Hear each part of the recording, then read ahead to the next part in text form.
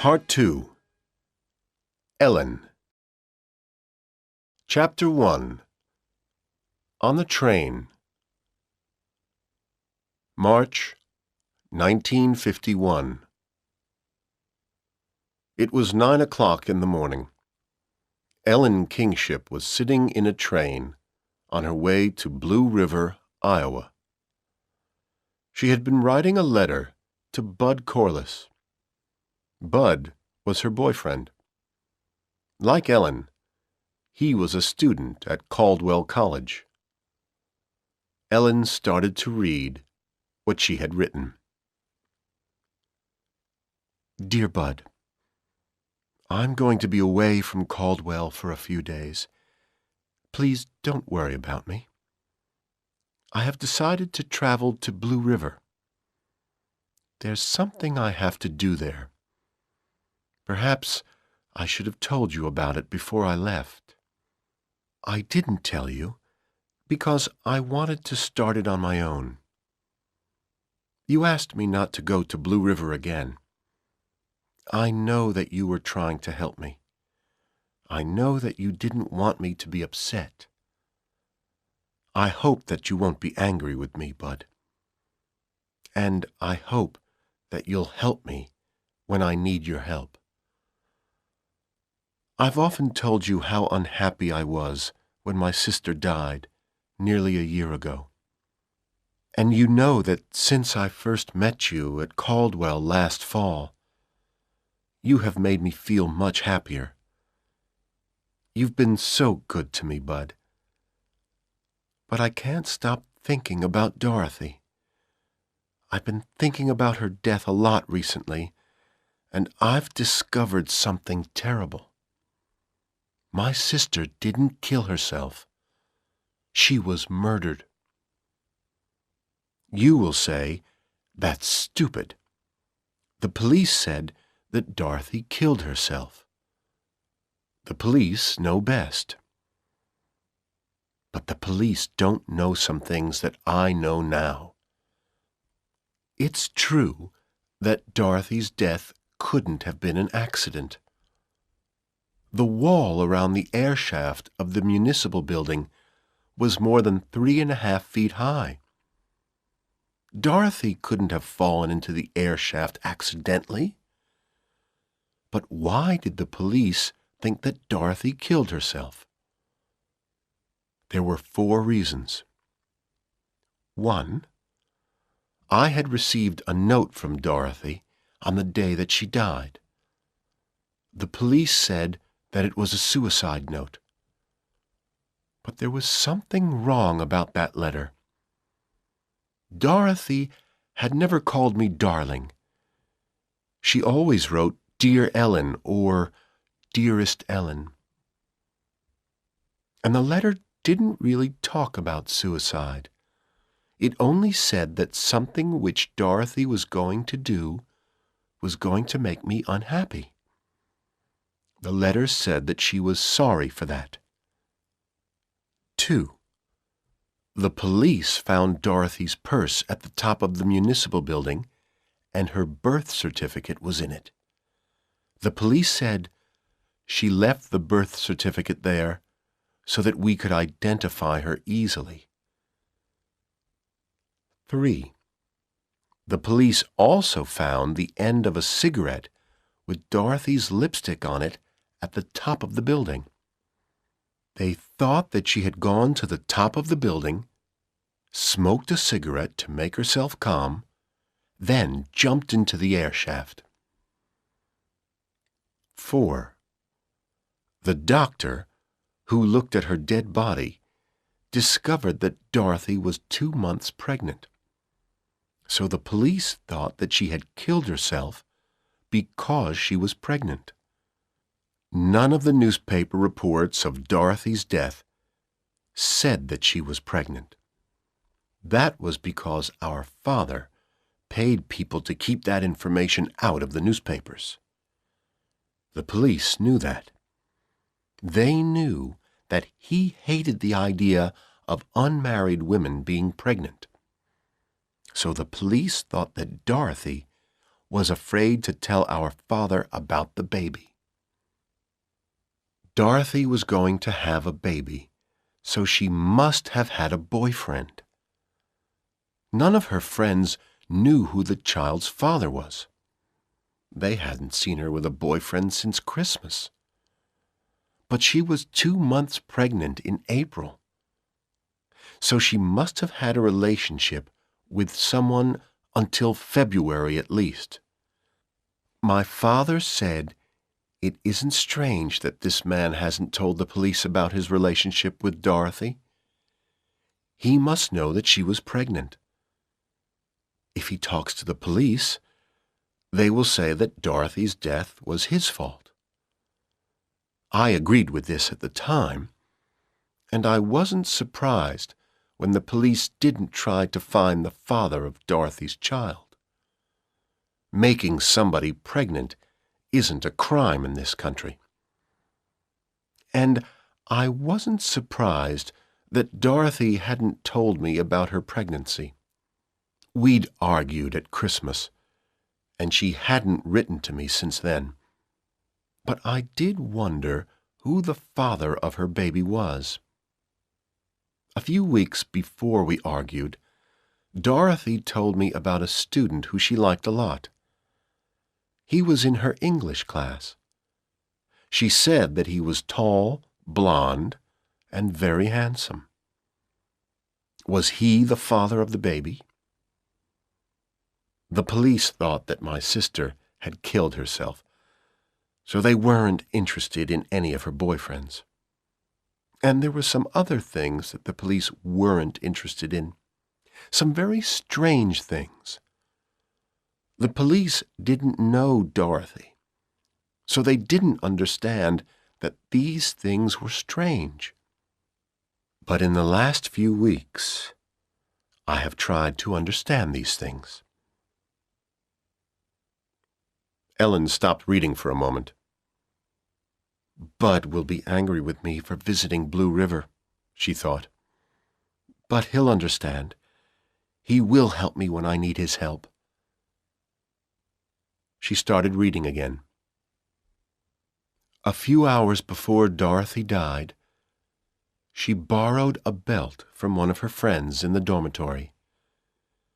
Why did she borrow a belt if she was going to kill herself? The police asked themselves that, but they didn't think the question was very important. They said she was unhappy. She didn't know what she was going to do.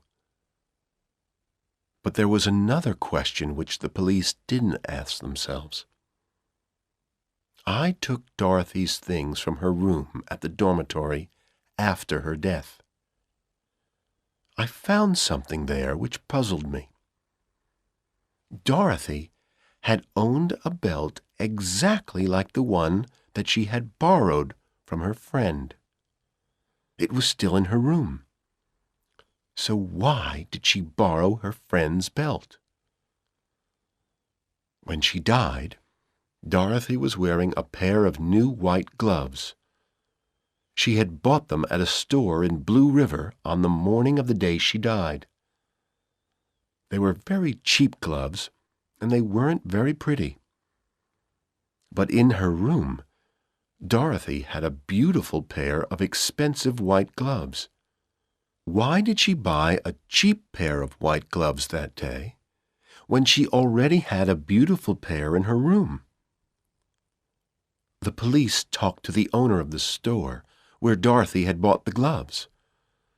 The woman said that Dorothy had first asked for a pair of white stockings. The store didn't have any white stockings, so she bought the white gloves instead. The woman said, I think she wanted something new that day.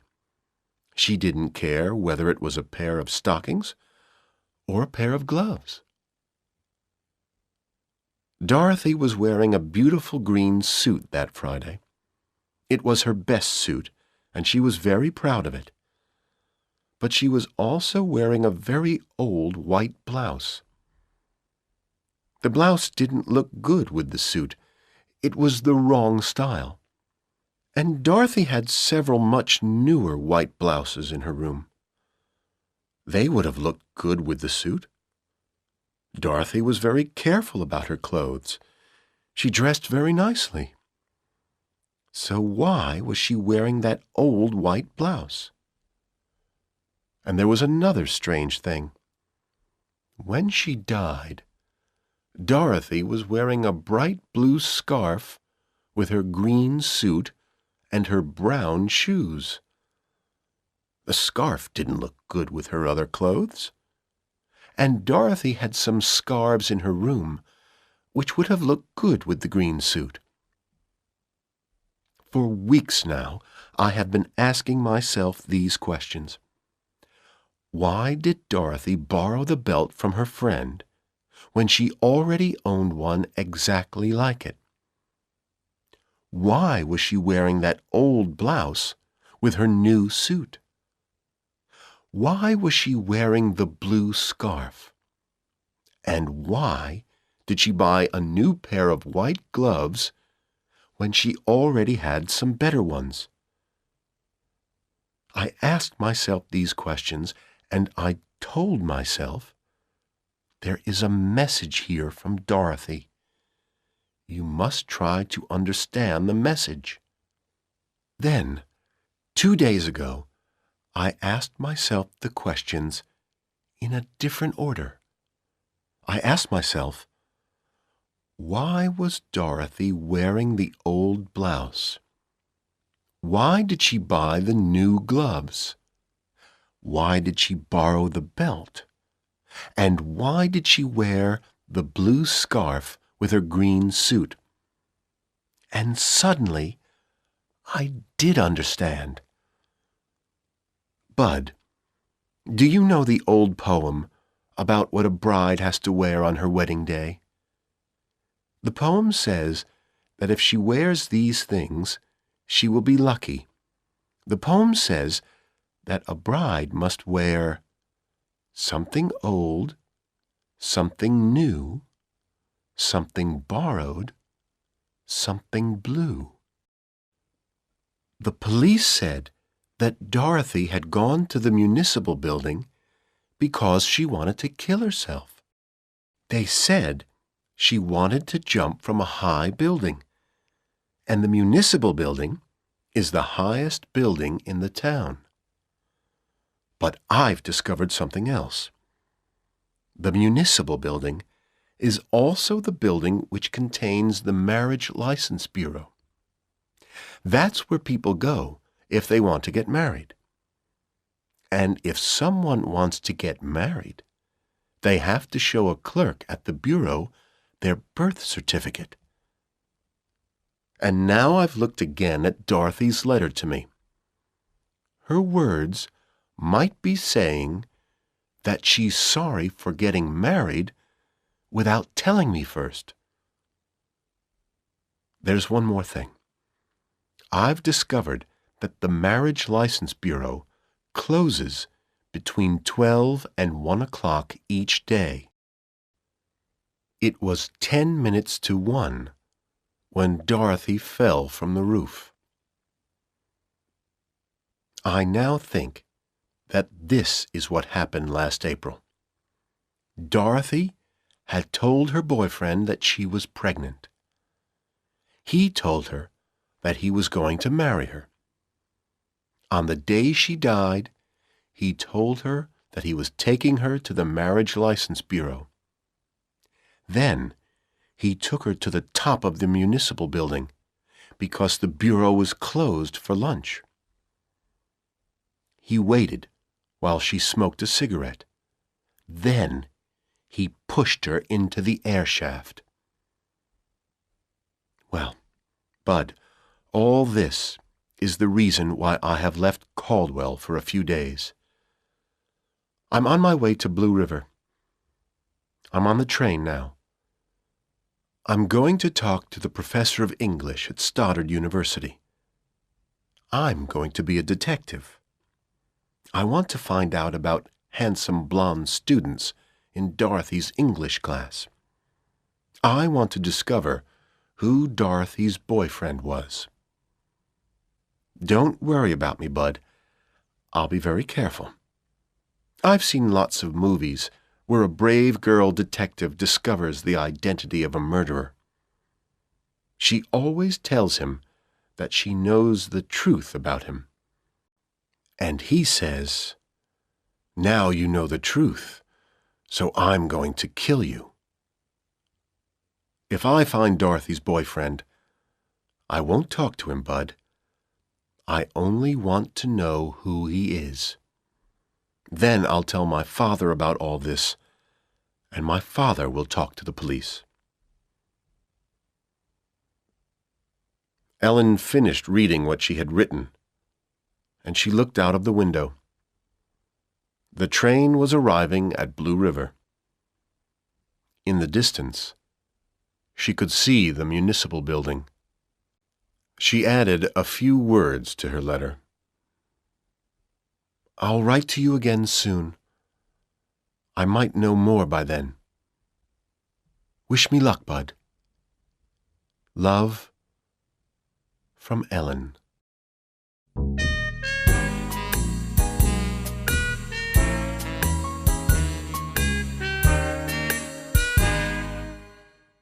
Chapter 2.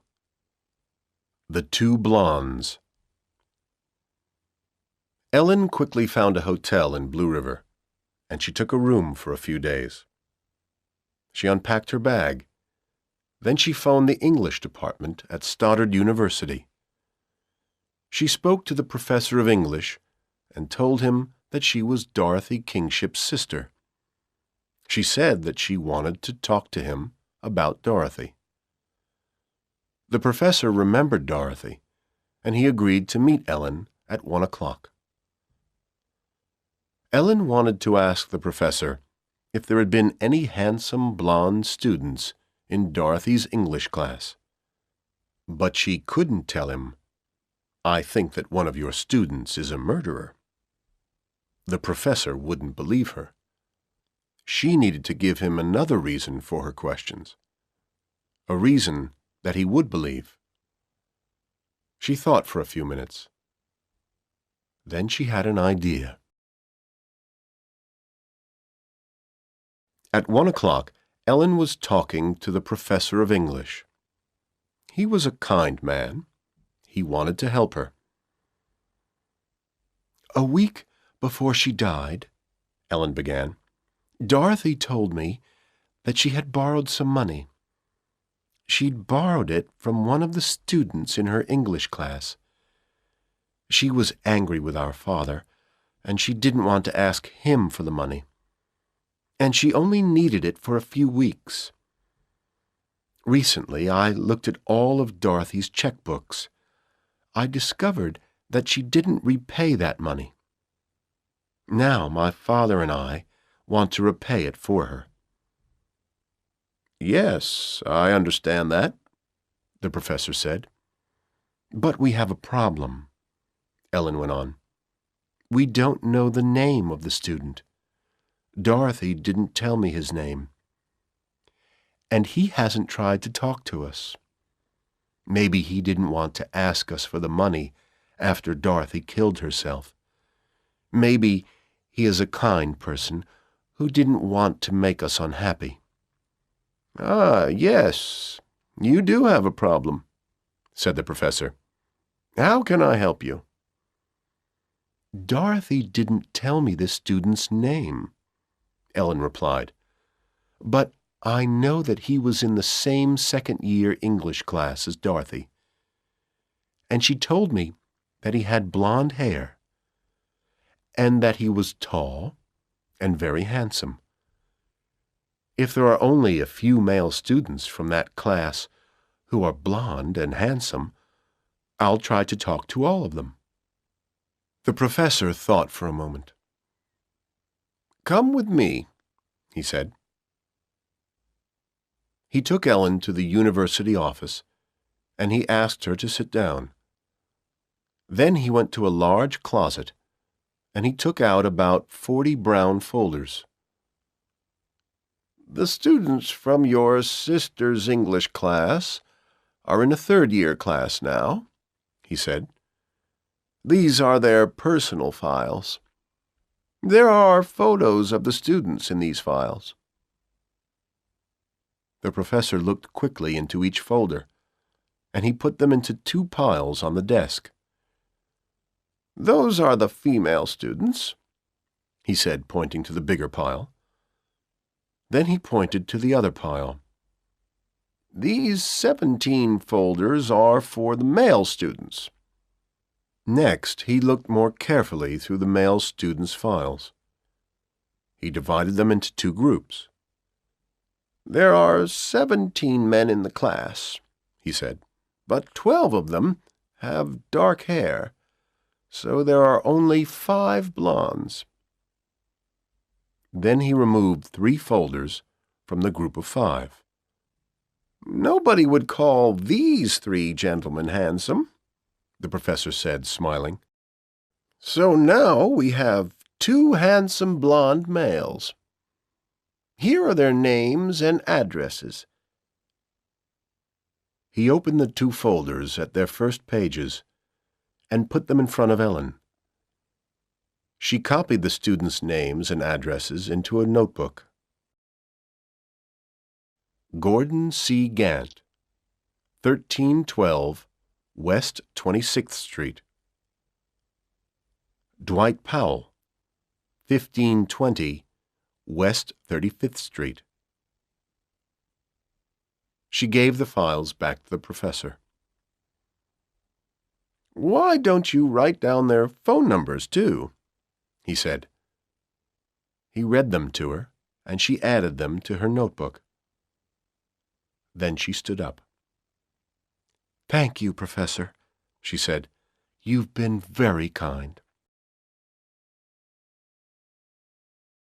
When Ellen called Gordon Gant's number, the phone was answered by a woman.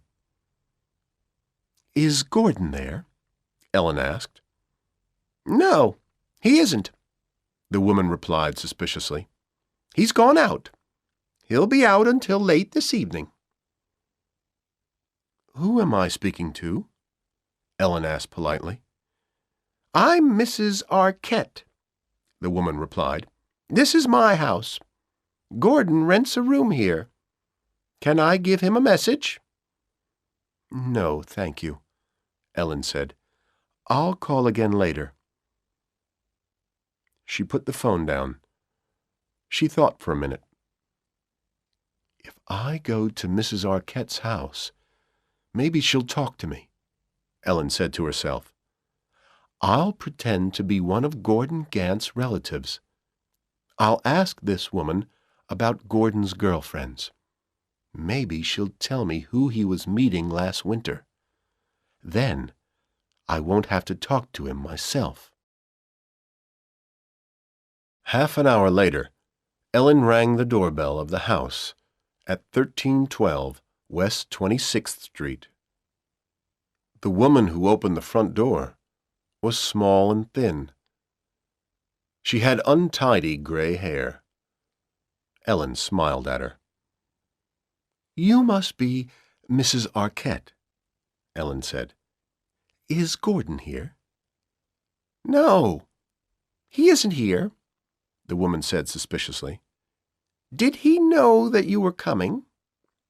"Yes, I'm Gordon's cousin," Ellen said. "I wrote him a letter. I told him that I'd be in Blue River today. I told him that I'd come to visit him for an hour." "He didn't tell me about it," Mrs. Arquette said. "Maybe he didn't get your letter. But please come in and sit down for a while. I'm happy to meet one of Gordon's relatives. Gordon's a fine young man." The woman smiled suddenly. "Come into the living room," she said. "I'll make some coffee." Ellen followed her into the house. "Gordon's at the radio station," Mrs. Arquette said when they were sitting in her living room, with coffee in front of them. "Did you know about his radio program?" "He did tell me something about it," Ellen replied. "He's a disc jockey on the Blue River radio station. Mrs. Arquette said. He plays records for 2 hours every night, except Sundays. Gordon's a very busy young man. He's at college most of the day. Then in the evenings, he's on the radio. Is he happy now, Mrs. Arquette? Ellen asked. I think that he was very unhappy a year ago, when I last saw him. I don't remember that, the woman replied. She thought for a moment. No, I don't remember that. I think that he'd broken up with a girl, someone he liked a lot, Ellen said. I think that her name was Dorothy. Do you remember a girl named Dorothy? No, I don't, said Mrs. Arquette. He met lots of girls, but he didn't have one special girlfriend. And I don't remember anyone named Dorothy. Suddenly, Ellen wanted to leave the house. She wasn't going to learn anything here. She stood up. Well, I'll go now, she said. Thank you for the coffee. Aren't you going to wait for Gordon? Mrs. Arquette said. He'll be back in a few minutes. In a few minutes? But you told me that he'd be out until late this evening, said Ellen. You told me that when I phoned. As she spoke the words, she knew that she had said the wrong thing. Was that you who phoned earlier? Said Mrs. Arquette. You didn't say that you were Gordon's cousin when you phoned. Gordon gets lots of calls from girls who hear him on the radio. They all want to talk to him and meet him. I always tell them that he'll be out all day. Now the woman was suspicious again. But if you thought that Gordon was going to be out all day, why did you come here? She said. I don't believe that you're Gordon's cousin.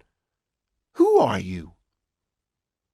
At that moment, they heard the front door open, and someone came into the house.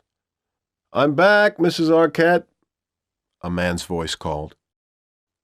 The woman ran out of the room. Ellen heard her whispering to someone.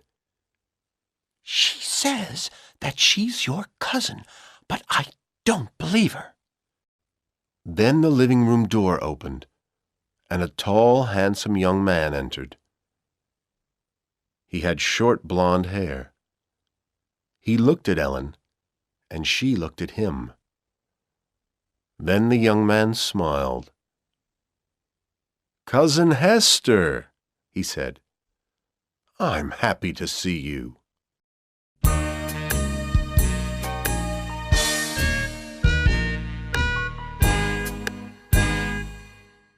Chapter 3.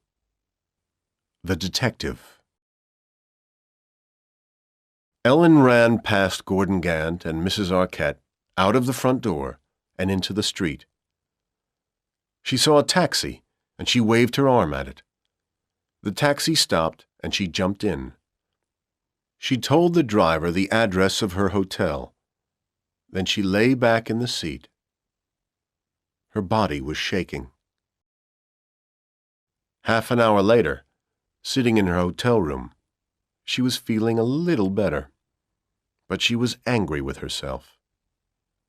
I was so stupid, she thought. Her afternoon had not been successful.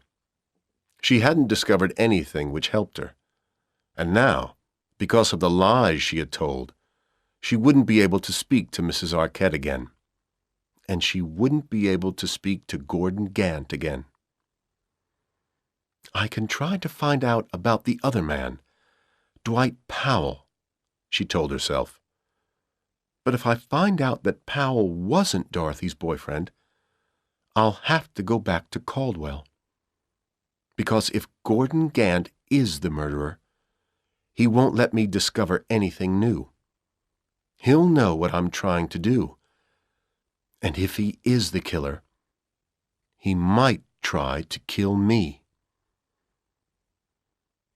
From her purse, she took the letter which she had written to Bud on the train.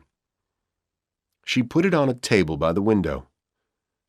She had decided to add a few more lines to it before she mailed it. At that moment, someone knocked on the door of her room. "Clean towels for you," said a high female voice. Ellen opened the door. "Hello again," said Gordon Gant. "I can pretend to be someone else, too." He pushed past her into the room and closed the door behind him. "Please don't shout for help," he said.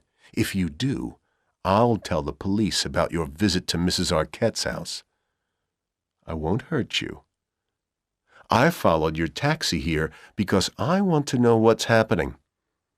Why were you pretending to be my cousin? Why did you ask Mrs. Arquette those questions about me?" "I can't tell you," Ellen said. "Please, leave me alone." She was terrified. But as she spoke, Gant saw the letter on the table by the window. He picked it up, ran into the bathroom, and locked the door. Ellen started to cry. "Please don't read that letter," she said miserably through the door. "It's private." Gant didn't reply. 5 minutes later, he came out of the bathroom. He gave Ellen the letter. "I understand now," he said. "I'm sorry. Am I on your list of handsome blonde students?" "Yes," said Ellen quietly. "What's your name?" Gant asked her.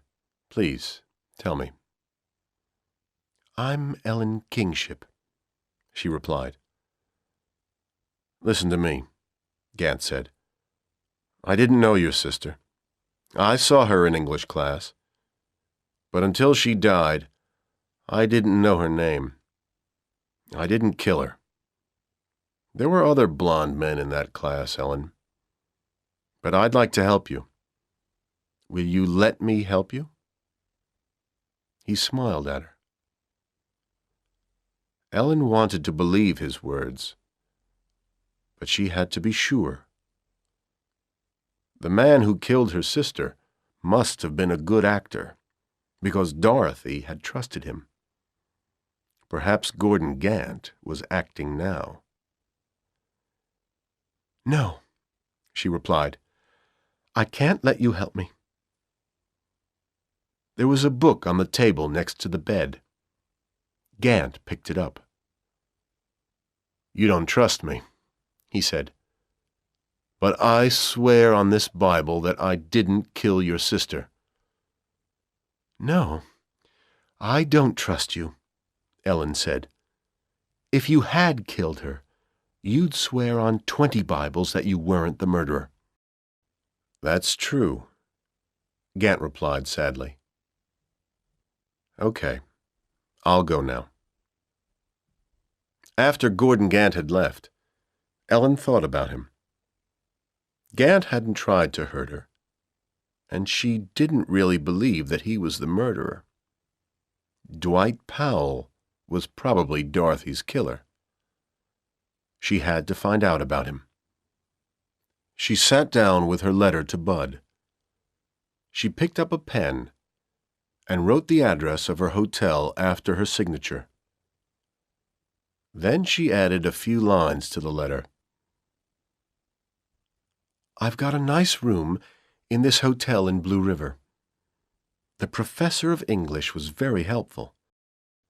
I think that I know now who killed Dorothy. His name is Dwight Powell, and he lives at 1520 West 35th Street. I'm going to find out about him tomorrow." Ellen went down to the lobby of the hotel and mailed the letter. Then she went back to her room. She filled the bath with hot water and she sat in it for an hour, listening to the Blue River radio station. She heard Gordon Gant's voice on the radio. And when she heard him say, "The next record is for my good friend Ellen from Caldwell," she smiled.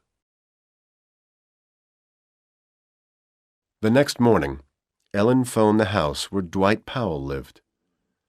The owner of the house answered the phone. "Dwight is working this morning," the woman said when Ellen asked for Powell. "He has a job at Folger's coffee shop in the town center." Ellen made a decision. She was almost sure that Powell had been her sister's boyfriend. She would go to Folger's coffee shop and talk to Powell about Dorothy. If he didn't know that she was Dorothy's sister, he would have no reason to lie to her. 10 minutes later, Ellen walked into the coffee shop. It was clean and pleasant. Powell was working behind the counter. Ellen had seen his photo in his student file. She recognized him immediately. She sat down at the counter. "I'd like a coffee and a cheeseburger, please," she said. As she ate, Powell started to talk to her. "I haven't seen you here before," he said. "Do you live in Blue River?" "I've been here a few days," Ellen replied. "I want to get a job here. I'm a secretary." Powell seemed a pleasant, quiet young man. But Ellen remembered that Dorothy's killer was a good actor. They talked for 10 minutes about Powell's life as a student at Stoddard University. But he didn't talk about anybody named Dorothy until Ellen had finished her meal. "When you walked in, you reminded me of someone," he told her. "And I've been trying to remember who you remind me of. Now I have remembered. She was a girl in my class. Her name was Dorothy. She was a nice girl." He smiled sadly. As Ellen stood up to leave, Powell said, "Are you free this evening? Can I take you to a movie?" She thought for a moment. Maybe she could find out more about this young man. "Okay," she said. "I'd like that."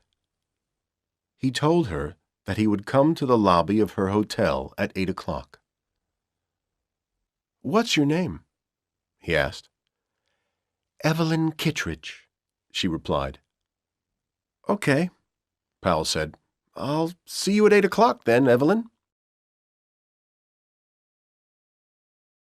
Ellen was sitting in the lobby of the hotel at 7:30. She didn't want Dwight Powell to ask the clerk about someone named Evelyn Kittredge. At 7:55, Powell arrived. He took Ellen to a movie theater in the town center. During the movie, he put his arm round her shoulders, and as they left the theater, he kissed her. After the movie, the two young people went to a restaurant for some coffee. Then Powell took Ellen back to her hotel. They sat in the lobby and talked for a while. "You told me this morning that I reminded you of somebody," Ellen said. "Her name was Dorothy. Please tell me about her, Dwight." "She was a very nice girl," Powell replied. "She was in my English class. She was my girlfriend for a few months." "Why did you break up with her?" Ellen asked. "She was very possessive," Powell said. "She got too serious about me. She wanted to get married. She was a nice girl, but I didn't want to marry her." They talked for a few more minutes. Then Powell stood up. "May I meet you again tomorrow night?" he asked. We'll go to a dance. Okay, Ellen said. I'd like that. Come here at 7:30. Powell kissed her, and he left the hotel. Ellen went to her room. She was in bed when the phone rang. She picked it up. She heard Gordon Gant's voice. "I've been worried about you," Gant said. "I thought you might be in danger. Have you talked to any other handsome blonde English students?" "Yes," Ellen replied. "I talked to Dwight Powell. He's a strange person. He talked about somebody named Dorothy. He said that she was his girlfriend for a short time. I'm sure that he was talking about my sister. I think that he killed her. He said that this girl wanted to get married, but he didn't want to marry her. Maybe that's why he killed her." "Maybe you're right," Gant said. "Are you going to meet him again?" "Yes," Ellen replied. "I'm going to meet him again tomorrow evening. But don't worry about me. I'll be safe. He doesn't know who I am. I told him that my name was Evelyn Kittredge. Tomorrow I'll ask him some questions about Dorothy's death. Maybe he will tell me something that he couldn't have read in the newspapers. Then I'll be sure that he was the murderer." "Please be careful, Ellen," Gant said. "Okay, I'll be careful," Ellen said. "Thank you for playing a record for me. Good night."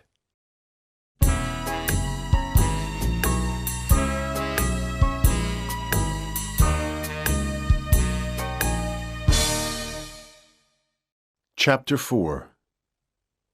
On the Roof. The next afternoon, Ellen went to the Blue River Municipal Library. She stayed there for several hours. She read all the reports of Dorothy's death that had been printed in the Iowa newspapers. If Dwight Powell told her anything about Dorothy's death that hadn't been printed in the papers, she would know. She would know that he was the killer. That evening, Ellen was again waiting in the lobby of the hotel when Dwight Powell arrived. "I'm sorry, Dwight," she said to him. "I can't go to a dance this evening. I have to visit an attorney in the municipal building. He might have a job for me. He told me that he'd be there until 8:30. Will you come with me, please? I won't have to talk to the man for long. After I've seen him, we can come back here and have a few drinks together." "Okay, Evelyn," Powell said. "I'll go." He didn't look happy. Ellen and Powell got out of the elevator at the 14th story of the municipal building. "The attorney's office is room 1405, Ellen said. "It must be around the corner." She started to walk along the corridor, and Powell followed her. She had phoned the office that afternoon. The attorney's secretary had told her that the office closed at 5 o'clock. She hoped desperately that nobody would be there now. They soon found room 1405. A sign on the door said, "Frederick Clausen, attorney." But the office was closed, and there were no lights on inside. Ellen looked at her watch angrily. "It's only 8 o'clock, she said. "When I spoke to Mr. Clausen on the phone this afternoon, he told me that he would be here until 8:30. I'll have to come back tomorrow." They walked back along the corridor. Then suddenly, Ellen pointed to an iron door opposite to the elevator. "That must be the way to the roof," she said. "Let's go up there, Dwight. The view will be wonderful at night. I want to look at the stars." "Why don't we go to the dance, Evelyn?" Powell said nervously. "We still have the time to do that." "No, I want to go to the roof," Ellen said. She opened the door, and she started to run up the iron stairs. Powell followed her slowly. A minute later, they were on the roof. Ellen was looking up at the night sky. "Isn't it a beautiful night?" she said to Powell. "The moon is so big. There are so many stars. Don't you love it up here, Dwight?" "I don't like high places, Evelyn," Powell replied miserably. "I don't feel safe up here." Ellen walked to the outside edge of the roof and looked over the wall. "Are you afraid of falling, Dwight?" Ellen said. "I heard that one of the Stoddard students was killed here last year. I read that she fell from the top of this building. Did she only fall 2 stories onto that roof? Did that little fall kill her?" "She didn't fall," Powell said quietly. "She jumped. And she didn't jump there. She jumped into the air shaft." Ellen's skin felt cold.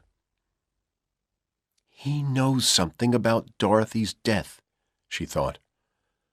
"But he could have read that in the newspapers." "Did you know the girl who died, Dwight?"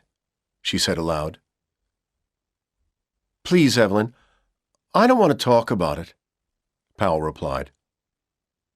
"But did you know her?" Ellen asked again. Powell waited a moment before he spoke. "Yes," he said sadly. "I knew her. She was the girl that I was telling you about yesterday. She'd been my girlfriend. I've always thought that Dorothy's death was my fault. I broke up with her because she was getting too serious. Then, a few months later, she killed herself." Suddenly, Ellen was very angry. She wasn't afraid of this man. "You're lying!" she shouted. "Dorothy didn't kill herself. You murdered her. You made her pregnant, and then you killed her. You pushed her into that air shaft." Powell was frightened now. Ellen could see that. But he was puzzled, too. "Pregnant?" he said. "Was Dorothy pregnant? I didn't know that. The newspapers didn't say that she was pregnant. Is that why she killed herself? Oh, God, that's terrible." "She didn't kill herself," Ellen screamed. "You killed her. You killed my sister." "Your sister?" Powell said. "Who are you? Why have you brought me here?" "My name is Ellen Kingship," Ellen said, "and I brought you here because I want to know the truth. Don't try to kill me, too. Somebody knows that I'm here with you. If we don't go down to the street in the next 5 minutes, he'll phone the police." "I won't try to kill you, Miss Kingship," Powell said sadly. "I've never killed anybody. Please tell me something. How long had Dorothy been pregnant?" "You know how long she'd been pregnant," Ellen shouted. "She was 2 months pregnant when she died. That's why you killed her." "2 months," Powell said quickly. "Oh. Then the baby wasn't mine, Miss Kingship. I broke up with Dorothy before Christmas 1949. In January 1950, I went to college in New York City for a year. I wanted to get away from Blue River. I didn't want to see Dorothy again. I was in New York when she died. I can prove that. Someone else made Dorothy pregnant that winter. Suddenly, all Ellen's anger disappeared. She believed him.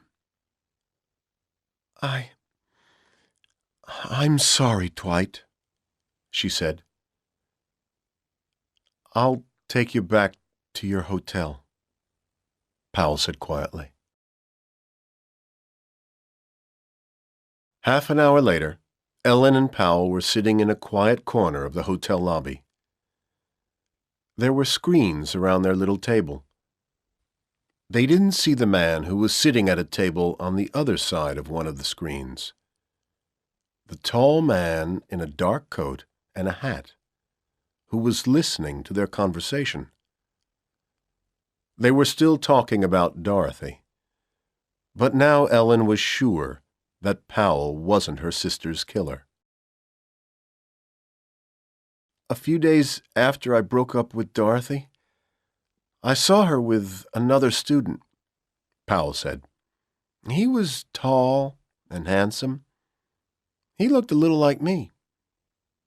Somebody told me that Dorothy had been to the movies with him a few times. We had broken up, and Dorothy wanted someone to love her. She wanted that very much. I wasn't surprised that she found someone else so quickly. Who was he, Dwight? Ellen asked. Perhaps he was the father of the baby. Perhaps he was Dorothy's killer. I don't remember his name, Powell said. He wasn't in our English class. I didn't know him. Someone told me that he was in the same economics class as Dorothy. And someone did tell me his name once. I wrote it in a notebook. I can't remember it now. But if we go to the house where my room is, I'll find the notebook for you. Okay, let's go now, Ellen said. I'm sorry that I made you go up on the roof tonight, Dwight. Dorothy's death wasn't your fault. The two young people got up to leave the hotel. They passed the table on the other side of the screen, but it was empty. The tall man in the dark coat had already left. Dorothy went to a phone booth. She called the Blue River radio station. She wanted to talk to Gordon Gant. But the woman who answered the phone told her that Gant was busy. Can I give him a message for you? The woman asked. Yes, Ellen replied. Please tell him that Ellen Kingship called. Tell him Dwight Powell isn't the man. Tell him Powell knows about another student who might have been my sister's boyfriend. A student who wasn't in her English class. Tell him that I'm going to Mr. Powell's room now to find the name of this student. And please tell Mr. Gant that I'll call him later. The house where Dwight Powell lived was empty when he arrived with Ellen. He made them both some coffee, and he took Ellen into the living room. Wait here, he said. I'll go up to my bedroom. The name that you want is in one of my old college notebooks. I won't be long. Powell ran up the stairs and into his clean, tidy bedroom. He opened a drawer in his desk, and he took out a pile of notebooks. He started to look through them. The name's in one of these, he said to himself. There was a tall closet in one corner of the room. Powell didn't see its door opening slowly. He didn't see Dorothy Kingship's killer inside the closet. He didn't see the man who was aiming a gun at him. Ellen heard a loud noise in the room above her. She ran out of the living room and towards the stairs. At the top of the stairs, she saw a tall, handsome man. She didn't see the gun in his hand. She didn't see it because she was looking at his smiling face. "Darling, what are you doing here?" she asked him. "What's happened to Dwight?" "I asked you not to come to Blue River, Ellen," Bud Corliss said. "You should have listened to me." Then he shot her 3 times. The third shot ended her scream of terror.